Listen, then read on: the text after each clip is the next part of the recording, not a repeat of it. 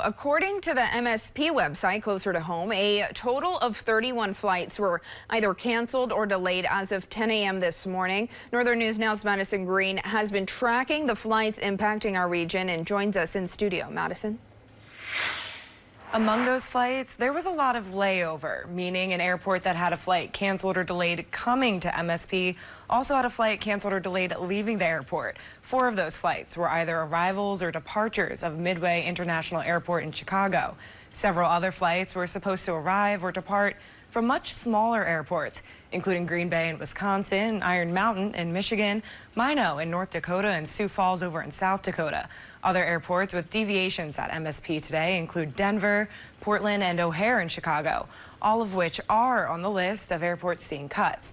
Now, there are other flights impacted to airports not on the list, and there's no way to know for sure if the canceled flights in the area is a result of the government shutdown. The Duluth International Airport says, as of now, they are not seeing immediate impacts, but that could change.